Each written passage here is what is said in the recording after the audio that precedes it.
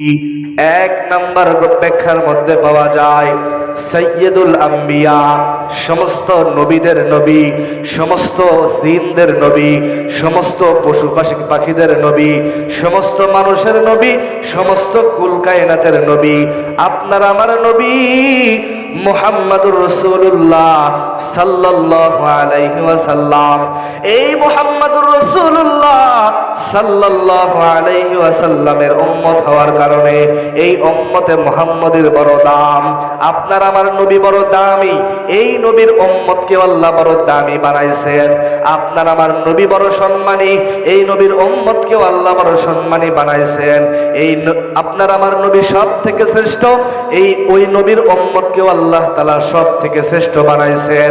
কেমন আপনার আমার নবী? আল্লাহ তাআলা নিজেই কোরআনের মধ্যে আয়াত ঘোষণা করছেন। আল্লাহ তাআলা বলছেন ওয়া মা আরসালনাকা ইল্লা রাহমাতাল লিল আলামিন। আল্লাহ তাআলা বলে ও নবী আমার,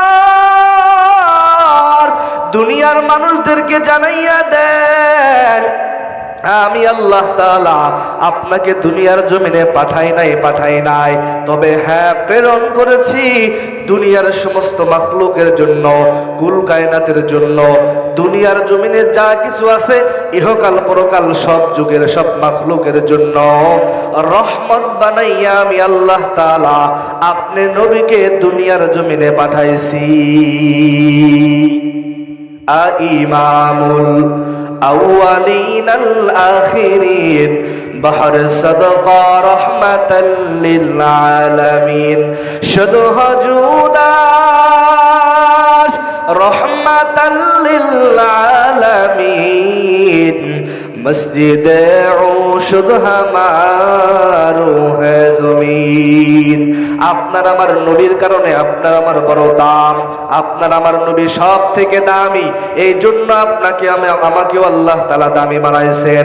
আপনার আমার নবী সব থেকে শ্রেষ্ঠ, এই জন্য আপনাকে আমাকেও আল্লাহ তাআলা সব থেকে শ্রেষ্ঠ বানাইছেন। আপনার আমার নবী সমস্ত নবীদের থেকে উত্তম, সেই নবীর উম্মত আপনি আমি হয়েছি, এই জন্য আল্লাহ তাআলা আপনাকে আমাকেও সব থেকে উত্তম বানাইছেন। ঠিক কিনা বলেন? কেমন একজন নবী পাইলাম যেই নবী রাস্তা দিয়া যায়, রাস্তার দুই পাশের পশু পাখিগুলো নবীরে সালাম দেয়, জঙ্গলের গাছপালা নবীরে সালাম দেয়, বনের পশু পাখি নবীরে সালাম দেয়। সাহাবায়ে কেরাম বললেন আমরা মাঝে মাঝে নবীর সাথে ভ্রমণে যাইতাম, সফরে যাইতাম, মাঝে মাঝে ডান দিক থেকে সালামের আওয়াজ পাই, বাম দিক থেকে সালামের আওয়াজ পাই, সামনে পেছনে সালামের আওয়াজ পাই, কিন্তু সামনেও কোনো মানুষ দেখি না, ডানে বামেও কোনো মানুষ দেখি না, এমনকি পিছনেও কোনো মানুষ দেখি না, কিন্তু সালামের আওয়াজ পাওয়া যায়। আশ্চর্যের ব্যাপার, সাহাবায়ে কেরাম একদিন নবীকে জিজ্ঞাসা করলেন ও পয়গম্বর, মানুষ সামনেও নাই, ডানে বামে নাই, পিছনেও নাই, কিন্তু মাঝে মাঝে সালামের আওয়াজ পাওয়া যায়, কারণটা কি? নবী আমার ডেকে ডেকে বলে রে সাহাবায়ে কেরাম, আমি যা শুনি তোমরা তা শোনো না, আমি যা দেখি তোমরা তা দেখো না, আমি যা বুঝি তোমরা তা বুঝো না, আমাকে যা বোঝানো হয় তোমাদেরকে সেটা বোঝানো হয় না। নবী আমার ডেকে ডেকে বলে এ সাহাবায়ে কেরামের দল, আমি নবী রাহমাতাল লিল আলামিন এই রাস্তা দিয়া যখন হেঁটে যায়, আমি নবীর বরকতি কদম পাওয়ার কারণে এই রাস্তার ধুলা পাথরের কোণাগুলো আমি নবীকে তারা সালাম জানায়, আর তাদের সালামের আওয়াজ তোমরা পাও, মানুষ ডানে বামে সামনে পিছনে খুঁজে পাও না, কারণ এই সালামটা দুনিয়ার কোনো মানুষের নয়, দুনিয়ার কোনো মানুষের নয়, এই সালাম হলো রাস্তার পাথর আর ধুলা গোনার। সুবহানাল্লাহ। কেমন নবী কি সালাম দেয়? জোরে বলেন। আপনাকে আমাকে নিজের সন্তানেও সালাম দেয় না, নিজের বিবি সালাম দেয় না। যদি দিনদারিত্ব স্বামী হয়, বউরে যদি কওয়া হয় যে বিবি দিনদারিত্বের ক্ষেত্রে বাজার থেকে বাড়িতে যখন আসবো মাঝে মধ্যে সালাম দিতে পারো না, রসুল তো তার বিবিরে সালাম দিয়েছে, বিবিরাও রসুলকে সালাম দিছে। রসুলের একটা সুন্নত মানি, বলে যে পুরুষের পুরুষ তোমার এবার সালাম দিব, দাঁড়াও। কি বলে না? অথচ মদিনাওয়ালা নবী এত পরিমাণ দামি, যেই তো আমি আপনাদের সামনে ছোট্ট একটা আয়াতে কারিমা পাঠ করেছি রাসূল সাল্লাল্লাহু আলাইহি সাল্লামের হাদিসের মধ্যে থেকে অনেক পরিচিত একটা হাদিস আপনাদের সামনে পাঠ করেছি। এই আয়াত এবং হাদিসকে সামনে রেখে আল্লাহ তাআলা এমন কথা আমার জবান দিয়ে বাহির করে দেখ, যে কথার দ্বারা আপনাদের দুনিয়াতে শান্তি, পরকালে মুক্তির ব্যবস্থা হয়ে যায়। জোরে বলে আমিন। সম্মানিত উপস্থিতি, যে আয়াত আপনাদের সামনে পাঠ করেছি, আল্লাহ পাক রব্বুল আলামিন এই আয়াতের মধ্যে উম্মতে মুহাম্মদী, শেষ নবীর উম্মত, এরা যে সব থেকে শ্রেষ্ঠ, সব থেকে দামি, সব থেকে উত্তম, আল্লাহ পাক রব্বুল আলামিন এই ঘোষণা করে দিয়েছেন। সব থেকে শ্রেষ্ঠ, সব থেকে উত্তম, সব থেকে দামি, এই ঘোষণাকার কারা? দামি সব থেকে উত্তম কারা? উম্মতে মুহাম্মাদী, অর্থাৎ শেষ নবী মুহাম্মাদুর রাসূলুল্লাহ সাল্লাল্লাহু আলাইহি সাল্লামের উম্মত। আপনার আমার নবীকে চিনেন না? নাম জানেন না? মুহাম্মাদুর রাসূলুল্লাহ। তাহলে আমরাই হলাম উম্মতে মুহাম্মাদী, অর্থাৎ মুহাম্মদ সাল্লাল্লাহু আলাইহি সাল্লামের উম্মত। আল্লাহ তাআলা নিজেই ঘোষণা দিয়ে বলছেন, তোমরাই সব থেকে দামি, তোমরাই সব থেকে শ্রেষ্ঠ, তোমরাই সব থেকে উত্তম। সুবহানাল্লাহ বলেন। এটা কি গর্বের বিষয় কিনা বলেন? আমরাই সব থেকে দামি, আমরাই সব থেকে শ্রেষ্ঠ, আমরাই সব থেকে উত্তম। আমাদের চাইতে দামি, আমাদের চাইতে উত্তম, আমাদের চাইতে শ্রেষ্ঠ কোন জাতি আমাদের আগেও দুনিয়াতে আসে নাই, আমাদের পরেও দুনিয়াতে আসবে না। অথচ আপনি আমি কিন্তু দুর্বল, ঠিক কিনা বলেন? কি দুর্বল কিনা? কোন দিক দিয়ে যাবেন? সব দিক দিয়ে আপনি আমি দুর্বল। শক্তির দিক দিয়ে একটা গরুর সাথে মানুষ পারবে? জোরে বলেন, পারবে? একটা গরুর যেই পরিমাণ শক্তি আছে, মানুষের সেই পরিমাণ শক্তি নাই, ঠিক কিনা? একটা মশার কাছে মানুষ দুর্বল। সামান্য একটা মশা যদি কানের কাছে এসে জ্ঞান জ্ঞান জ্ঞান জ্ঞান আওয়াজ করে, সারা রাত কেটে যায়, এই আল্লাহর বান্দা ঘুমাইতে পারে না, ঠিক কিনা বলেন? একটা মশার থেকে বাঁচার জন্য 500, 700, 1000 টাকা খরচ করে মানুষ মশারি কিনে মশাদের ভিতরে ঘুমায়, ঠিক কিনা? একটা মশা যদি আবার এই মশারের মধ্যে ঢোকে, এই একটা মশার যন্ত্রণায় সারা রাতের ঘুম হারাম, ঠিক কিনা বলেন? তো মশার চাইতে মানুষ দুর্বল কিনা? সামান্য 2 টাকার একটা ব্লেডের কাছে মানুষ দুর্বল। অথচ আল্লাহ তাআলা বলছেন, তোমরাই সব থেকে দামি, তোমরাই সব থেকে শ্রেষ্ঠ, তোমরাই সব থেকে উত্তম। সুবহানাল্লাহ। তাহলে উম্মতে মুহাম্মাদী আমরা দামি হলাম কেন, শ্রেষ্ঠ হলাম কেন? এই জামানার সব থেকে বড় আলেম, উপমহাদেশ থেকে শুধু নয়, সারা বিশ্বের মধ্যে বর্তমান জামানার সব থেকে বড় আলেম আল্লামা তাকি উসমানী হাফিজাহুল্লাহ, তিনি তার তাফসির গ্রন্থের মধ্যে লিখেছেন যে এই উম্মতে মুহাম্মাদী, যিনি জাস্টিস মুফতি আল্লামা তাকি উসমানী হাফিজাহুল্লাহ, পাকিস্তানের মুফতি, যিনি একটা ফতোয়া দিলে, যিনি একটা কথা বললে তার কথার উপরে দ্বিমত পোষণ করবে, একটা মাসালা দিলে এই মাসালার উপরে দ্বিতীয়বার আবার কোনো মাসালা দিবে, এমন কোনো বাপের বেটা দুনিয়াতে জন্ম নেয় নাই। তিনি তার তাফসির গ্রন্থের মধ্যে বলছেন যে উম্মতে মুহাম্মাদী দামি হওয়ার পিছনে 2টা কারণ। কয়টা কারণ? জোরে বলেন। 1 নম্বরে আল্লাহ তাআলা বলেন, তা'মুরুনা বিল মা'রুফ, উম্মতে মুহাম্মাদী সৎ কাজের মধ্যে আদেশ করে। 2 নাম্বার, ওয়া তানহাউনা আনিল মুনকার, উম্মতে মুহাম্মাদী খারাপ কাজের মধ্যে নিষেধ করে। কয়টা কারণ? 2টা। তা'মুরুনা বিল মা'রুফ ওয়া তানহাউনা আনিল মুনকার। উম্মতে মুহাম্মাদীর মধ্যে 2টা গুণ। একটা, এরা খারাপ কাজে বান্দাদেরকে নিষেধ করে, ভালো কাজের উপদেশ দেয়। এখন এখানে একটা প্রশ্ন আসতে পারে যে এই 2টা গুণ শুধুমাত্র কি আমাদের মধ্যে আছে, অন্য নবীর উম্মতের মধ্যে ছিল কি ছিল না? প্রশ্ন আসতে পারে কি পারে না?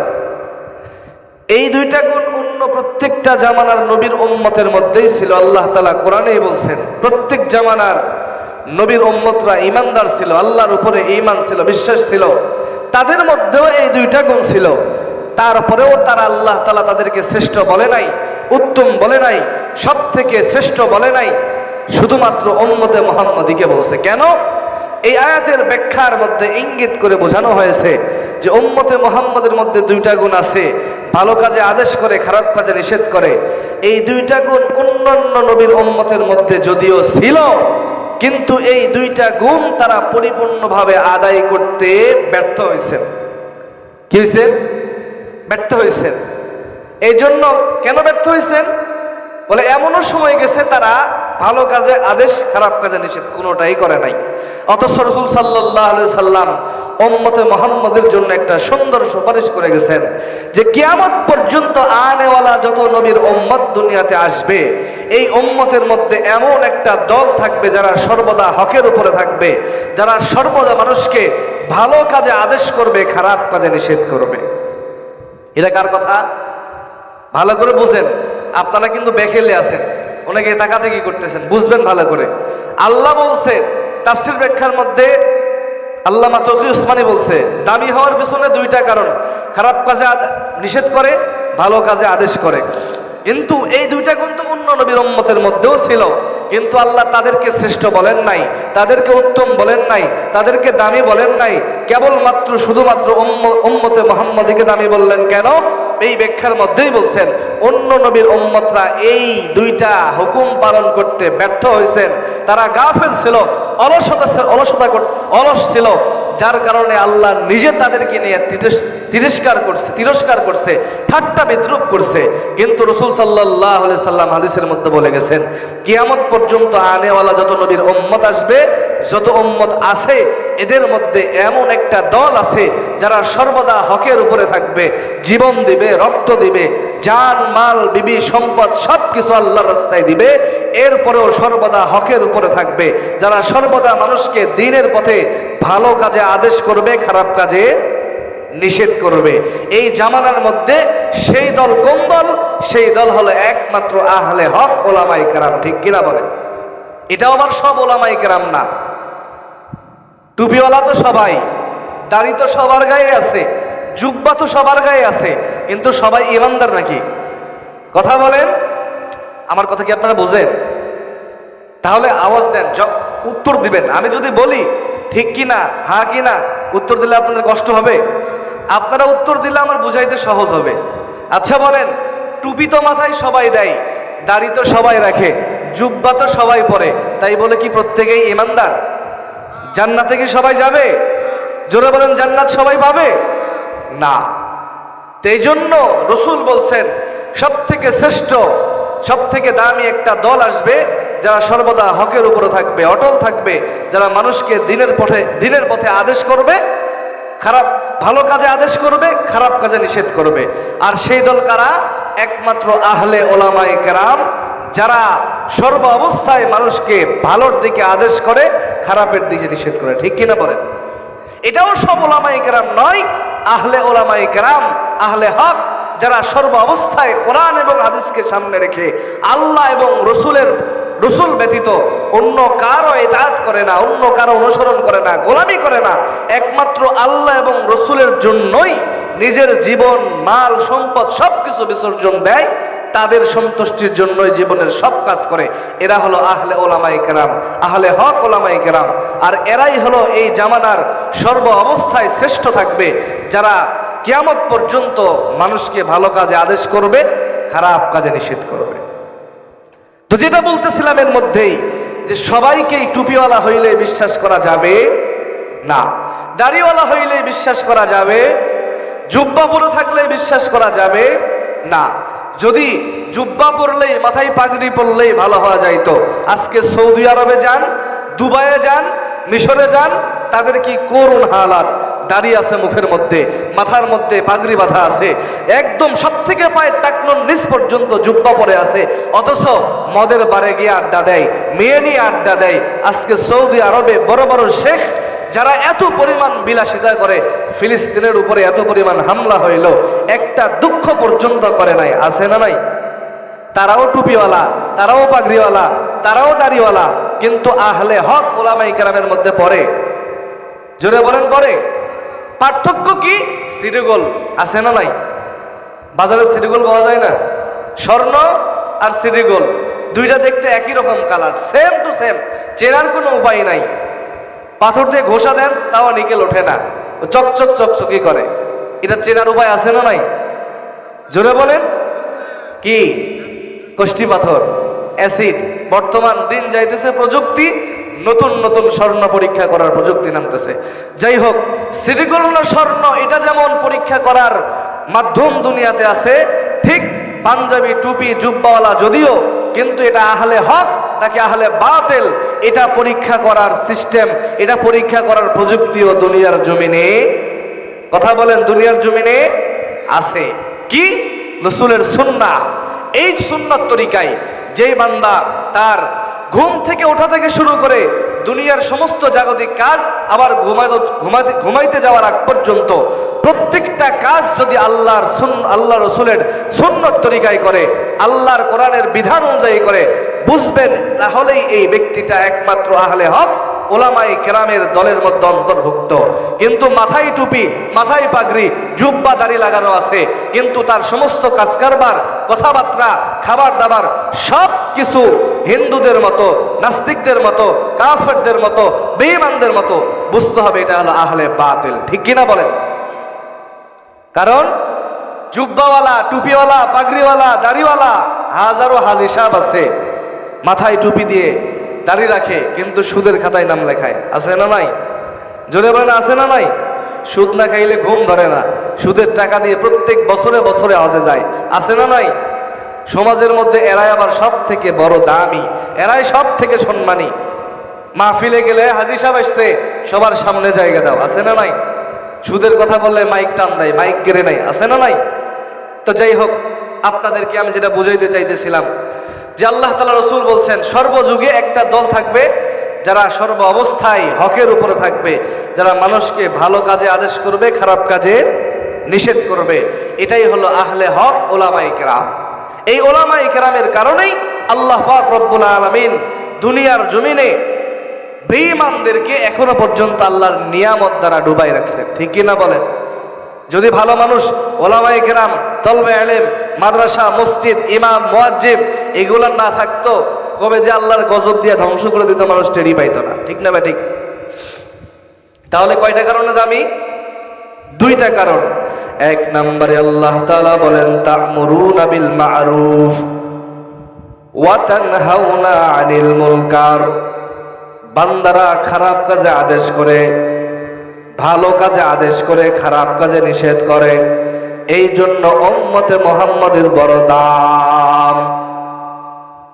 প্রশ্ন আসতে পারে, এই দুইটা গুণ কেবলমাত্র শুধুমাত্র উম্মতে মুহাম্মাদের মধ্যে আছে নাকি অন্য নবীদের উম্মতের মধ্যেও ছিল? হ্যাঁ, অন্য নবীদের উম্মতের মধ্যেও ছিল, কিন্তু উম্মতে মুহাম্মদী এই দুইটা কাজের মধ্যে সাকসেস হয়েছে, পরিপূর্ণতা পাইছে। অন্য নবীর উম্মতরা সাকসেস হইতে পারে নাই, পরিপূর্ণতা লাভ করতে পারে নাই।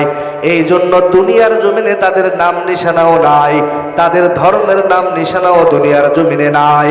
কিন্তু উম্মতে মুহাম্মদের মধ্যে এমন একটা দল থাকবে কিয়ামত পর্যন্ত, যারা হকের উপরে থাকবে, যারা মানুষকে ভালো কাজে আদেশ করবে, খারাপ কাজে নিষেধ করবে। এই দুইটা গুণের কারণে আল্লাহ তাআলা উম্মতে মুহাম্মদীকে দামি বানায় দিয়েছেন। সুবহানাল্লাহ। কয়টা জিনিস? জোরে বলেন। দুইটা। এই দুইটা গুণ নিজের মধ্যে আনবেন তো ইনশাআল্লাহ? জোরে বলেন, আনবেন তো ইনশাআল্লাহ? আজকের পর থেকে যেখানে খারাপ কাজ হবে, অন্তত বাধা দিতে না পারলেও বোঝাই দিবেন যে বাবা এটা খারাপ কাজ করিও না। দায়িত্ব আপনার বলার, মানলে তারা মানলো, না মানলে না মানলো, কিন্তু দায়িত্ব এটা হক, এই দায়িত্বটা আদায় করার দরকার আছে না নাই? করবো তো ইনশাল্লাহ।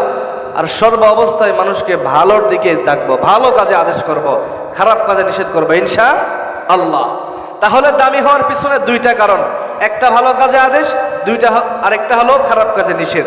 কিন্তু আসেন, এরা যে দামি হইল, এই দামি হওয়ার পিছনে এদের শেল্টার কয়টা আছে, এই দামি হওয়ার পিছনে তাদেরকে সাপোর্ট দেয় কয়টা জিনিস, এই বিষয়ে জানবো তো ইনশাআল্লাহ?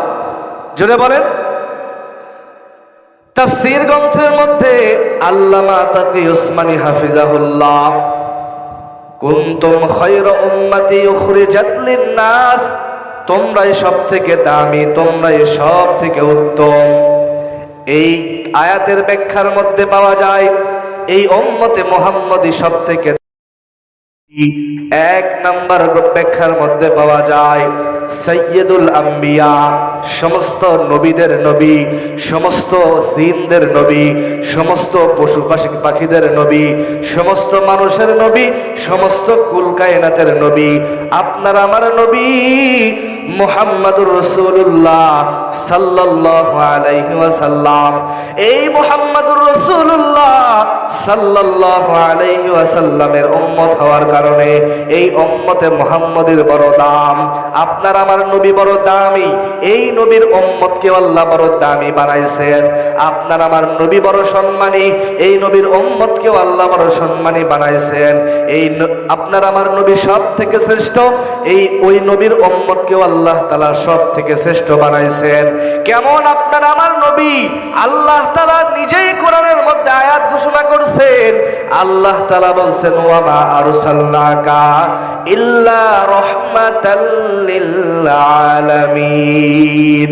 আল্লাহ তাআলা বলে ও নবী আমার দুনিয়ার মানুষদেরকে জানাইয়া দেন আমি আল্লাহ তাআলা আপনাকে দুনিয়ার জমিনে পাঠাই নাই, তবে হ্যাঁ প্রেরণ করেছি দুনিয়ার সমস্ত মাখলুকের জন্য, কুল কায়নাতের জন্য। দুনিয়ার জমিনে যা কিছু আছে ইহকাল পরকাল সব যুগের সব মাখলুকের জন্য রহমত বানাইয়া আমি আল্লাহ তাআলা আপনি নবীকে দুনিয়ার জমিনে পাঠাইছি। ইমামুল আউয়ালিন আল আখিরিন বাহর সাদকা রাহমাতাল লিল আলামিন শুধু হুজুদাস রাহমাতাল লিল আলামিন মসজিদে শুধ হামারো হ্যায় জমিন। আপনার আমার নবীর কারণে আপনার আমার বড় দাম, আপনার আমার নবী সব থেকে দামি, এই জন্য আপনাকে আমাকেও আল্লাহ তাআলা দামি বানাইছেন। আপনার আমার নবী সব থেকে শ্রেষ্ঠ, এই জন্য আপনাকে আমাকেও আল্লাহ তাআলা সব থেকে শ্রেষ্ঠ বানাইছেন।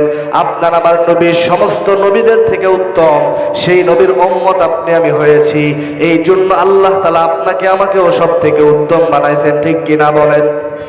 কেমন একজন নবী পাইলাম যেই নবী রাস্তা দিয়া যায়, রাস্তার দুই পাশের পশু পাখিগুলো নবীরে সালাম দেয়, জঙ্গলের গাছপালা নবীরে সালাম দেয়, বনের পশু পাখি নবীরে সালাম দেয়।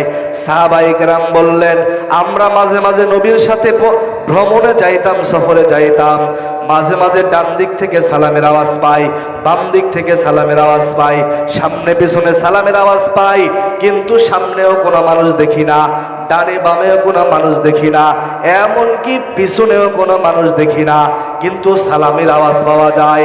আশ্চর্যের ব্যাপার, সাহাবায়ে কেরাম একদিন নবীকে জিজ্ঞাসা করলেন ও পয়গম্বর মানুষ সামনেও নাই, ডানে বামে নাই, পিছনেও নাই, কিন্তু মাঝে মাঝে সালামের আওয়াজ পাওয়া যায়, কারণটা কি? নবী আমার ডেকে ডেকে বলে রে সাহাবায়ে কেরাম আমি যা শুনি তোমরা তা শোনো না, আমি যা দেখি তোমরা তা দেখো না, আমি যা বুঝি তোমরা তা বুঝো না, আমাকে যা বোঝানো হয় তোমাদেরকে সেটা বোঝানো হয় না। নবী আমার ডেকে ডেকে বলে এ সাহাবায়ে কেরামের দল আমি নবী রাহমাতাল লিল আলামিন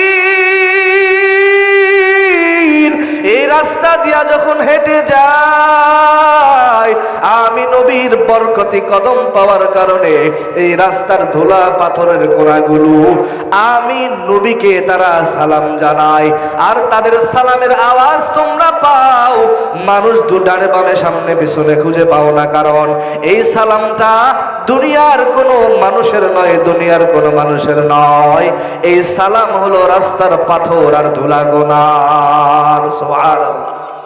কেমন নবী কি সালাম দেয়? জোরে বলেন।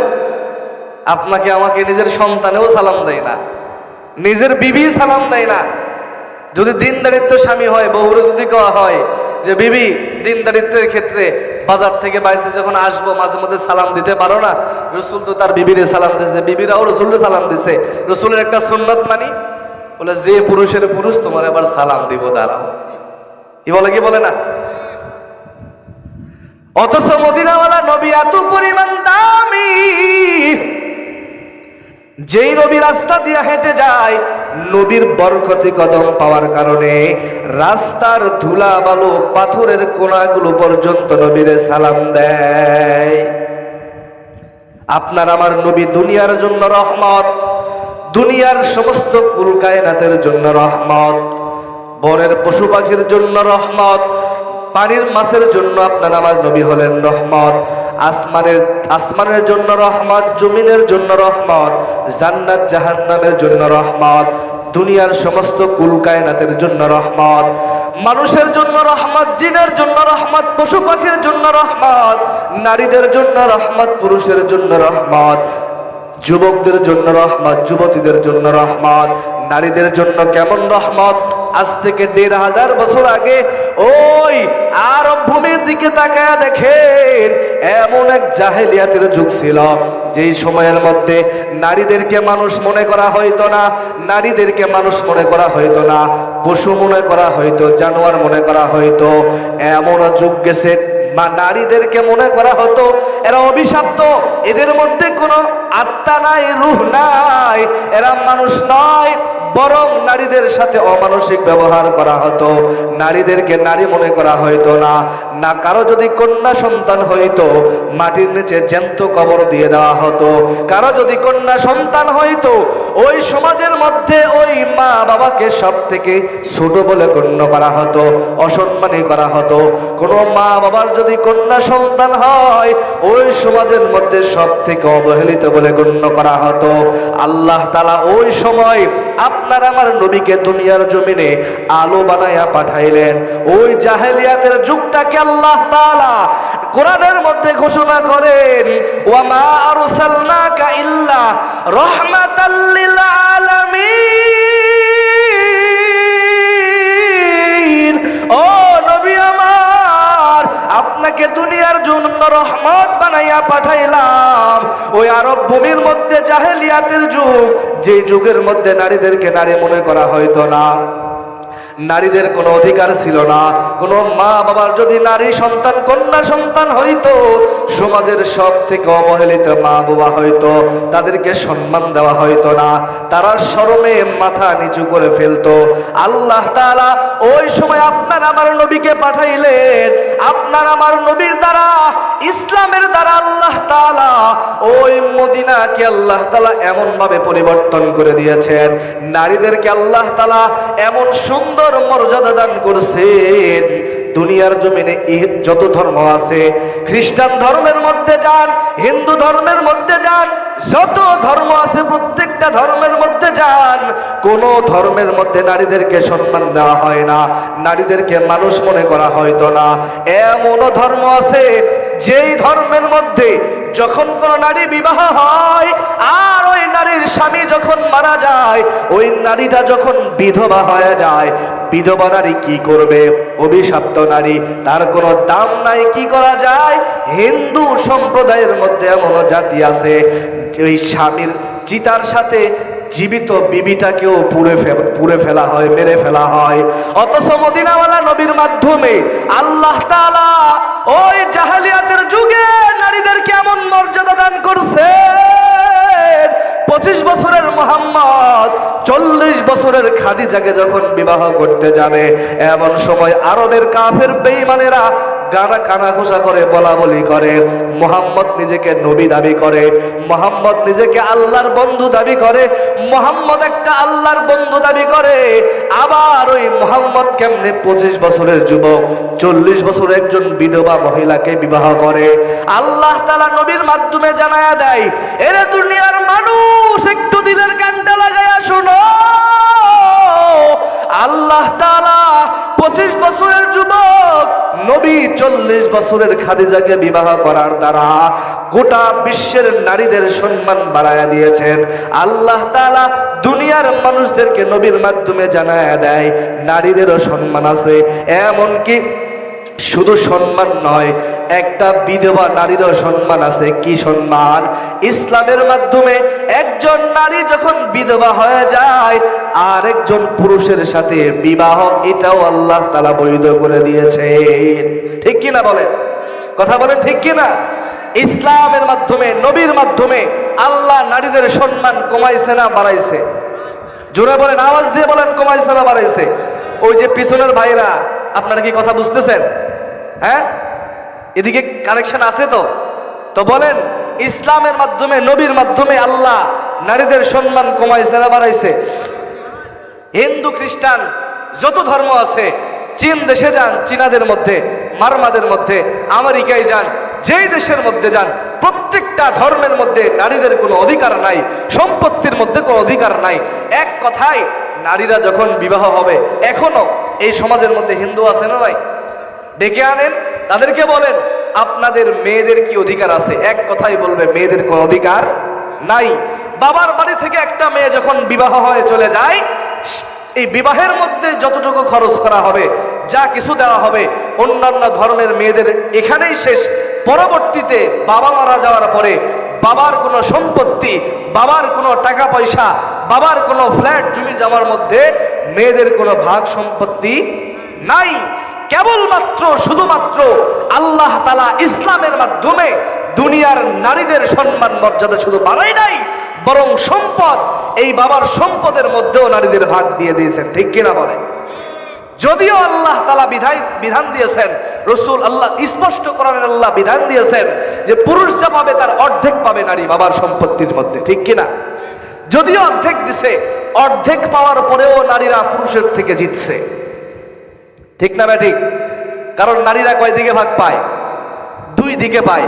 স্বামীর দিক থেকেও পায়, বাবার দিক থেকেও পায়। আর পুরুষদের কোনো শ্বশুর বাড়ি যাওয়ার সিস্টেম আছে? নাই। পুরুষরা কয় জায়গা থেকে পায়? এক জায়গা থেকে পায়।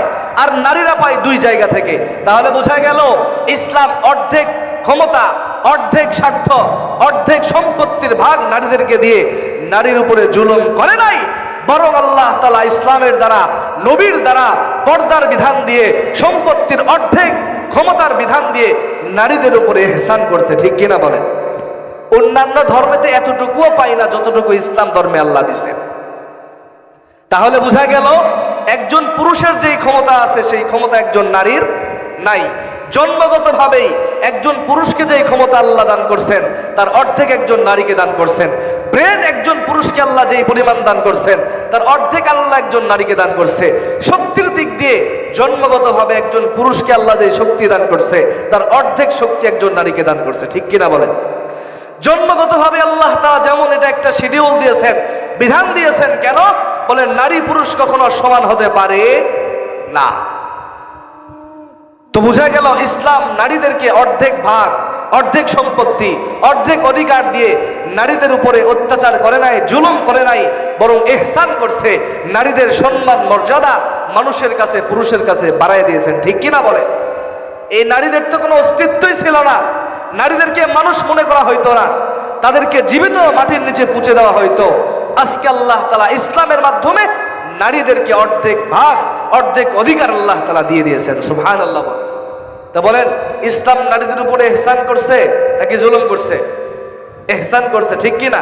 কিন্তু এই জামানায় আপনারা সোশ্যাল মিডিয়ায় দেখেছেন, কিছুদিন আগে বাংলাদেশে নারী সংস্কার করার নামে এমন কিছু আবদার বাংলাদেশের প্রধান উপদেষ্টা ডক্টর ইউনূসের কাছে দিয়ে দিয়েছেন, যেগুলা মানুষ হিসাবে, মুসলমান হিসাবে এগুলাকে মেনে নেওয়া তো দূরের কথা, মুসলমান মা বোনদের মুখে আনাও একটা বেয়াদবি ছাড়া কিছুই না। ঠিক কিনা বলে? কথা কি বুঝতেছেন? তারা কয়েকটা আবদার করছে ডক্টর ইউনূসের কাছে। তার মধ্যে সর্বপ্রথম যেটা করছে যে নারী পুরুষ সমান অধিকার করতে হবে,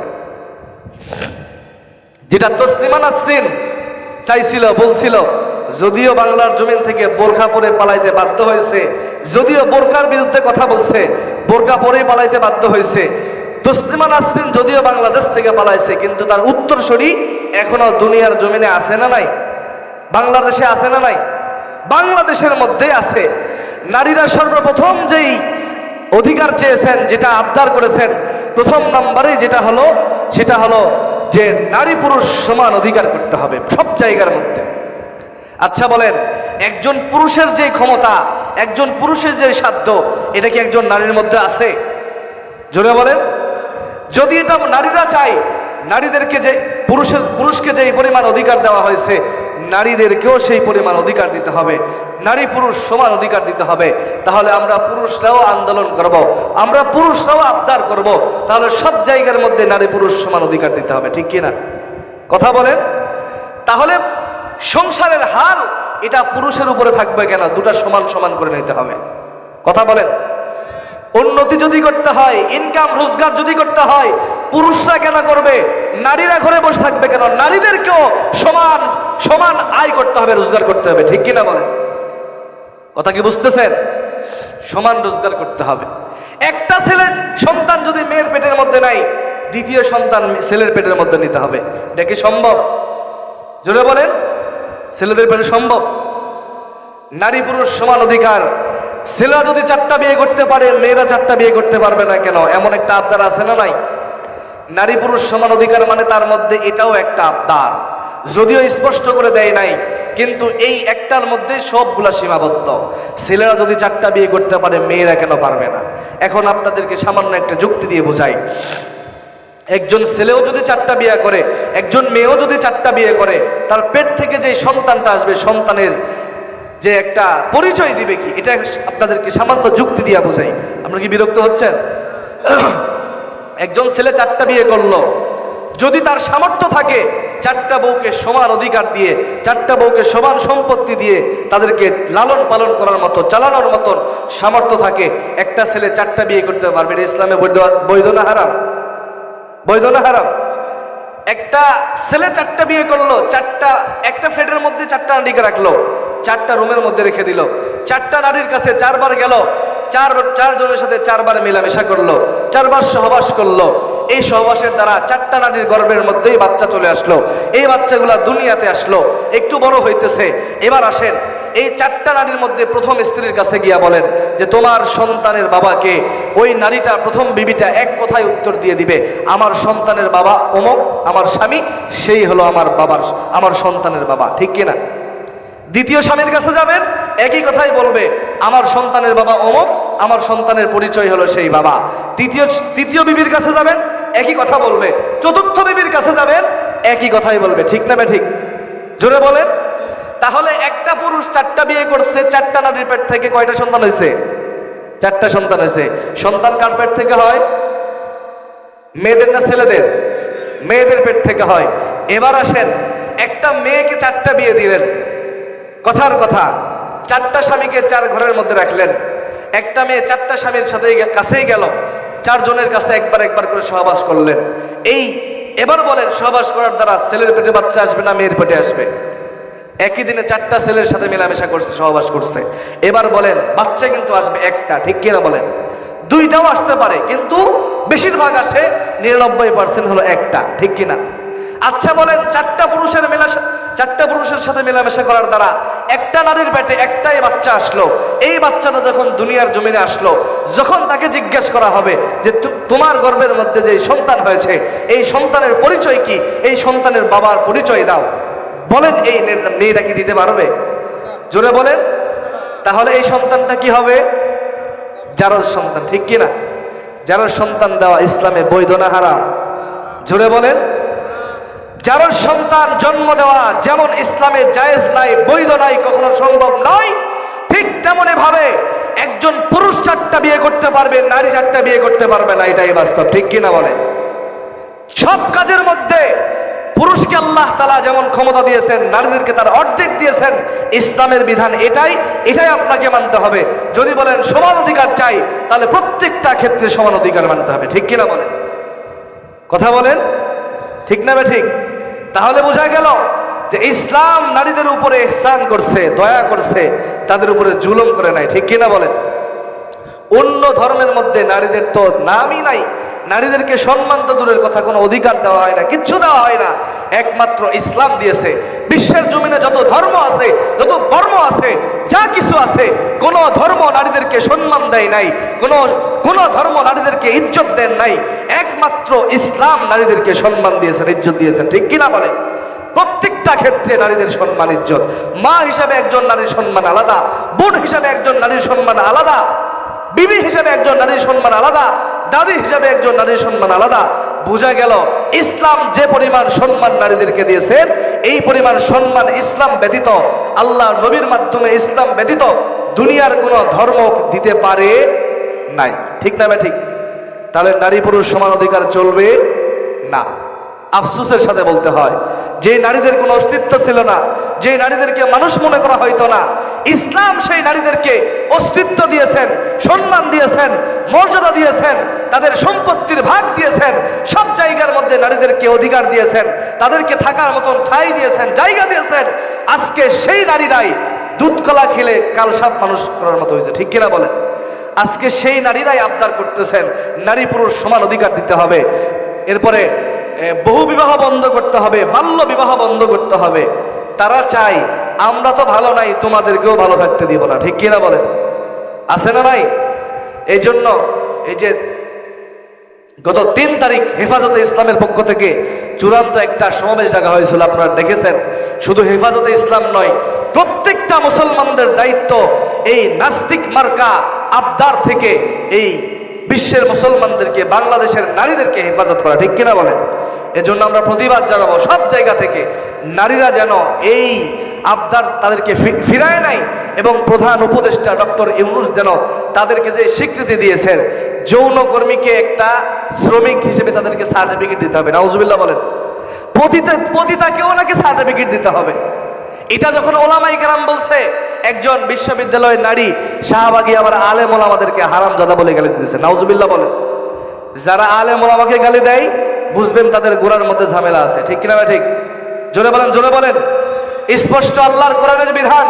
যারা নবীকে গালি দেয়, যারা আল্লাহ রসুলকে গালি দেয়, তারা জারজ, তাদের জন্মের মধ্যে ঝামেলা, তারা এক বাপের সন্তান হতে পারে না।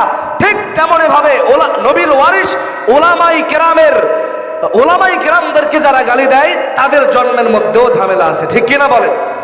একজন ভালো মানুষ, ভালো নারী কখনো ওলামাই কেরামকে গালি দিতে পারে না। আল্লাহ পাক রব্বুল আলামিন আপনার আমার মা বোনদেরকে এসব ফিতনাত থেকে হেফাজত করুক, জোরে বলে আমিন। তাহলে বলেন, আপনার আমার নবী নারীদের জন্য রহমত কিনা? জোরে বলেন। এই জন্য আল্লাহ তাআলা বলেন, ওয়ামা আরসালনাকা ইল্লা রাহমাতাল লিল আলামিন। হে নবী আমার, আপনাকে দুনিয়ার জমিনে রহমত হিসেবে পাঠাইলাম। কেমন রহমত হিসেবে পাঠাইলেন?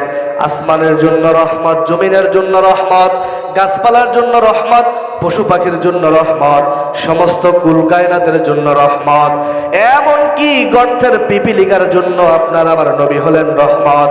হায়াতুল হাইওয়ান নামক কিতাবের মধ্যে পাওয়া যায়, গর্তের মধ্যে একটা পিপিলিকা আল্লাহর দরবারে দোয়া করে, ও দয়ার মালিক, আমি আপনার মদিনাওয়ালা নবীর জন্য বড় পাগল, আপনি আমারে মদিনা দেখার ব্যবস্থা করিয়া দেন, আপনি আমারে ওই বাইতুল্লাহ দেখার ব্যবস্থা করিয়া দেন। আল্লাহ তাআলা ডাক দিয়া বলেন, এরা আরবের কবুতর, জলদি করে যাও, অমুক এলাকার মধ্যে গর্তের মধ্যে একটা পিপিলিকা আমার নবীর জন্য বড় পাগল, আমার নবীর রওজা দেখার জন্য বড় পাগল। পিপিলিকাটারে পায়ের সাথে বাঁধাইয়া তুমি কবুতর আমার নবীর রওজা দেখাইয়া, মদিনা দেখাইয়া, আবার তারে ওই জায়গার মধ্যে পৌঁছায়া দাও। ইমামুল আউয়ালিন আল আখিরিন বহর সদকা রহমাতাল লিল আলামিন, সদহ জুদাস রহমাতাল লিল আলামিন, মসজিদে উশুদ হামারো হে জমিন। উম্মতে মুহাম্মদী দামি হওয়ার পিছনে কয়টা কারণ? 5টা কারণ। 1 নম্বরে সাইয়্যিদুল আম্বিয়া, সমস্ত নবীদের নবী মুহাম্মাদুর রাসূলুল্লাহ সাল্লাল্লাহু আলাইহি ওয়াসাল্লামের উম্মত হওয়ার কারণে 2 নাম্বার উম্মতে মুহাম্মদে দামি হওয়ার পিছনে যে জিনিসের অবদান, 2 নম্বরে হলো সাইয়্যিদুল কুতুব। সমস্ত কিতাবের চাইতে পবিত্র কিতাব, সমস্ত কিতাবের চাইতে শ্রেষ্ঠ কিতাব, যত বিধান আছে সমস্ত বিধানের চাইতে সত্য বিধান হলো আল্লাহ তাআলার কোরআন। এই কোরআন যেরকম দামি, উম্মতে মুহাম্মাদিও তেমন দামি। কোরআন যেমন দামি, উম্মতে মুহাম্মাদিও তেমন দামি। ঠিক কিনা বলেন? আল্লাহর কোরআন বড় দামি। আল্লাহর কোরআন কেমন দামি? দুনিয়ার জমিনে গাছ কাটা হয়, গাছ কেটে কাঠ তক্তা বানানো হয়।